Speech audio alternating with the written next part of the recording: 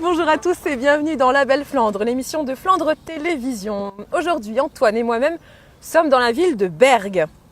Une très belle ville, Exactement. Bergues, qu'on va visiter aujourd'hui. On est ravis de vous retrouver avec La Belle Flandre, l'émission tourisme de Flandre Télévision. Aujourd'hui, on visite donc Bergues et ses alentours. C'est ça, avec les incontournables comme les remparts, l'abbaye Saint-Vinoc. D'ailleurs, on va faire le tour de la ville avec un guide touristique de l'Office de tourisme. Et il nous attend tout de suite sur la place, on va le rejoindre. C'est parti pour la visite touristique de Bergues, suivez-nous.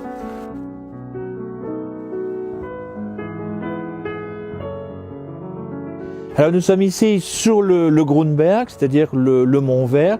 C'est un point important parce qu'en fait on est ici sur le site à l'origine de la ville de Bergues. Parce que tout autour de Bergues on flirte avec le niveau de la mer. Ça veut dire que cette colline, au début de notre ère, était une île en avant du littoral. Et c'est sur cette île que va aborder un certain Huynock, fils de roi de Bretagne, qui est devenu moine, qui a été envoyé par Saint-Bertin et qui va venir évangéliser la région. En 1022, les comtes de Flandre vont décider d'édifier sur la colline une puissante abbaye bénédictine en l'honneur de Saint-Vinoc. Le Groenberg où nous sommes, en fait, va venir verrouiller une langue de terre. Et en 882, on va construire une première fortification, c'est-à-dire qu'au milieu de cette langue de terre, on va creuser un canal circulaire, parfaitement circulaire. La terre, on va en faire un talus, et sur le talus, on va en mettre une palissade en bois. C'est la fortification qui doit résister aux assauts des Normands, des terribles Vikings.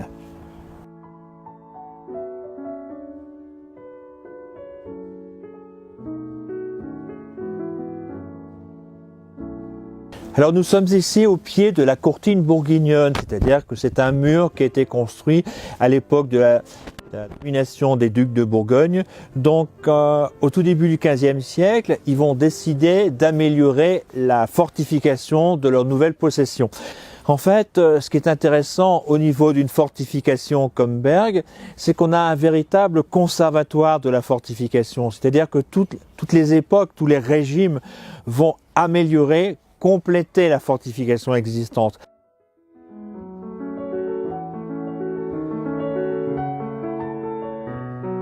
Alors nous sommes au pied du beffroi, le beffroi qui est le bâtiment emblématique de la ville.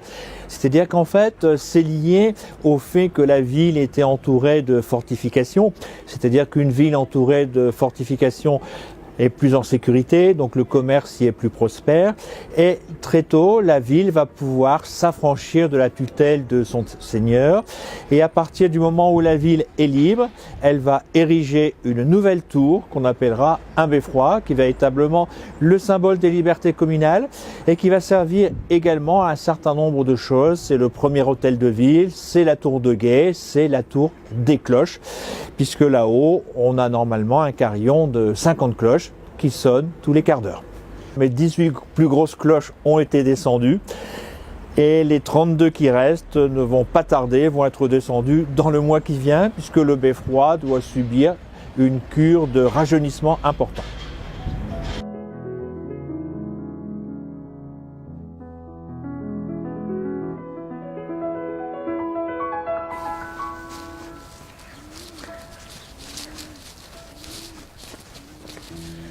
Après cette visite de Bergues, on part à Esquelbecq, à la Plaine aux Bois. Vous avez entendu parler du film Dunkerque de Christopher Nolan, vous avez entendu parler de l'opération Dynamo.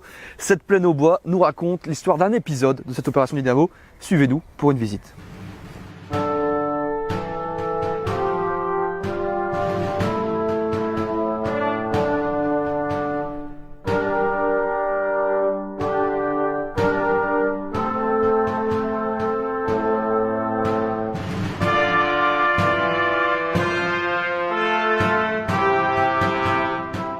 Alors nous sommes sur le site de la Plaine aux Bois. C'est un site où s'est déroulé un massacre le 28 mai 1940.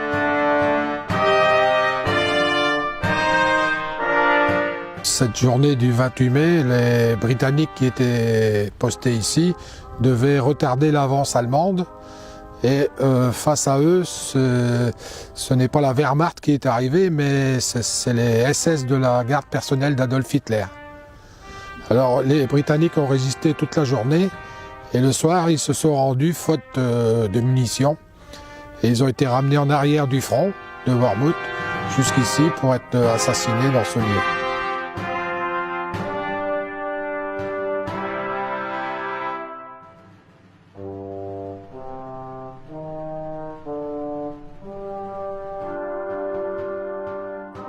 Les Britanniques sont passés par cette ferme qui est là-bas et ramenés à travers champs de force jusque dans ce lieu reculé à l'abri des regards pour être parqués dans cet abri à vaches.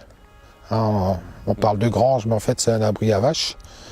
Et là il y avait 12 SS qui les encadraient et les SS sont mis à jeter des grenades dans l'abri. Et il y a 2 sous-officiers britanniques qui sont jetés sur les premières grenades pour protéger leurs copains qui étaient derrière. Alors il faut imaginer là 80 à 90 prisonniers dans cet abri, serrés comme des sardines, qui ne savent pas trop ce qui va leur arriver. Donc avec ces grenades, ils ont compris. Donc les Allemands, voyant qu'ils n'arrivaient pas à tuer tout le monde avec les grenades, on en fait sortir 5 par 5 pour être fusillés à l'extérieur. Donc ils ont fait comme ça 2 groupes de 5. Et quand ils ont demandé à un 3e groupe de 5 de sortir, il n'y a plus personne qui voulait sortir. Donc là, ils sont rentrés dans l'abri et puis ils ont mitraillé à travers tout. Donc il y a eu une quinzaine de survivants parce qu'ils étaient en dessous des corps de leurs copains.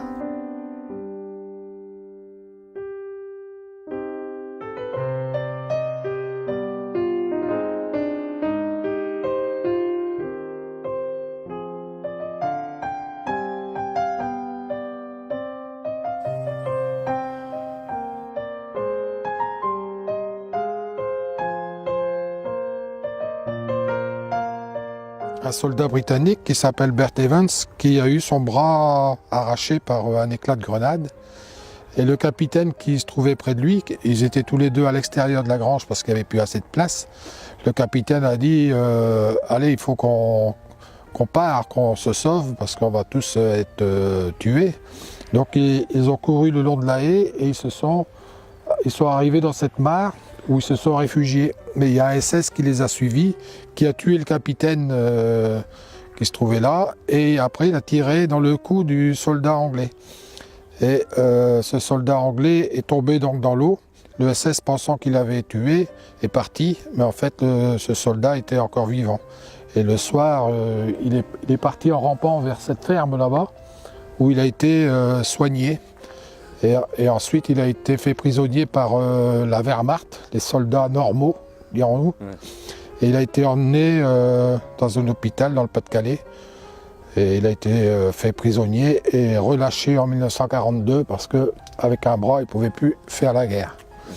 Et quand il a raconté ce qui s'était passé ici, il n'y a personne qui a voulu le croire. Tellement c'était l'horreur. Ouais.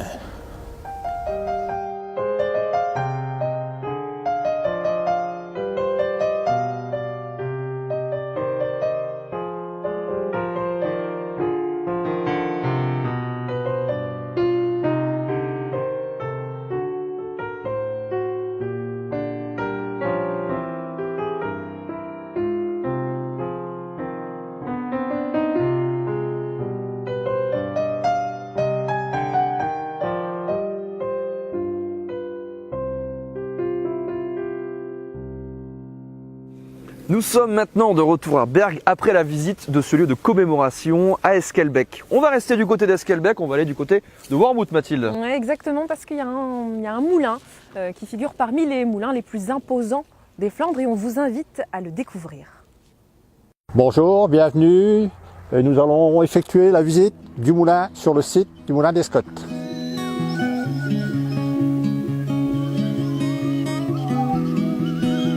C'est un moulin qui a été construit et réalisé donc durant le règne de Louis XV en 1756 et il était monté à peu près ici à 300 mètres, un peu plus loin par rapport à son emplacement actuel. On l'appelle le moulin d'Escotte parce que c'est le nom du dernier meunier qui a exploité le moulin et qui en a fait droit à la ville de Wormhout. La particularité de ce moulin, c'est que déjà, on le surnomme le géant des Flandres.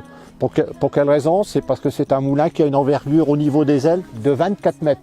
C'est l'un des plus grands de la région.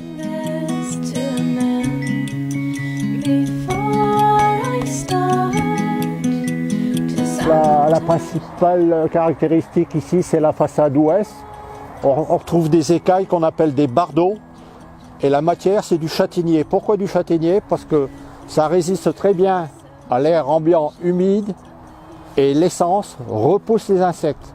Donc toute cette façade est en châtaignier ainsi que les pentes de toiture, que ce soit de la cavette ou des petits appentis ou de la toiture. J'invite donc à monter à l'intérieur du moulin par l'échelle et non pas l'escalier. Ah oui, c'est très important. Bon, on te suit. Allez, on y va. Allez. Bon, je vous préviens, on monte dans ce sens-ci, on redescend dans le même sens. Hein. En marche arrière.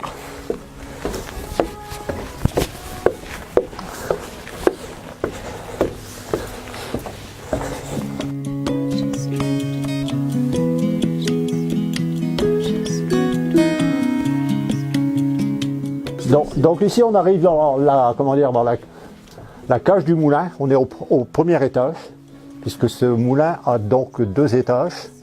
Donc cet étage-ci, donc le premier on appelle ça l'étage à farine. D'accord. Donc c'est là où le meunier, montait ses sacs et en même temps récupérait le fruit de son travail, c'est-à-dire la mouture secondaire ou la farine.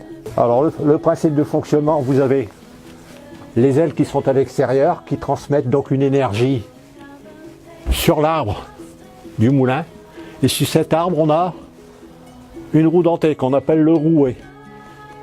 Les dents, on appelle ça des aluchons, et ces aluchons viennent engrainer les dents de la lanterne qui retransmettent donc le mouvement à l'arbre, et directement en dessous par la pignonnerie, les poulies, pour envoyer le mouvement au meule.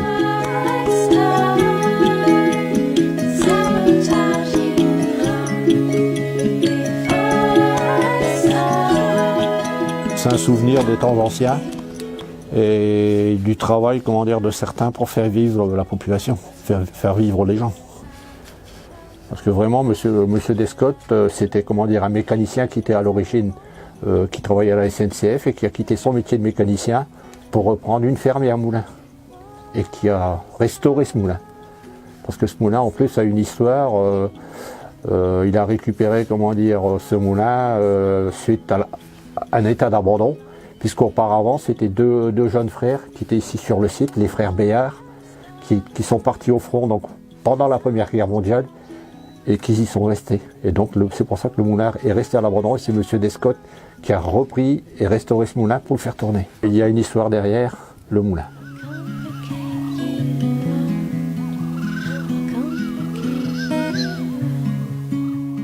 Merci de votre visite et à bientôt pour une prochaine visite sur le moulin d'Escotte. C'est au pied du beffroi de Bergues que s'achève cette émission La Belle Flandre consacrée à Bergues et ses environs. À bientôt sur la Belle Flandre et bienvenue chez les Flamands.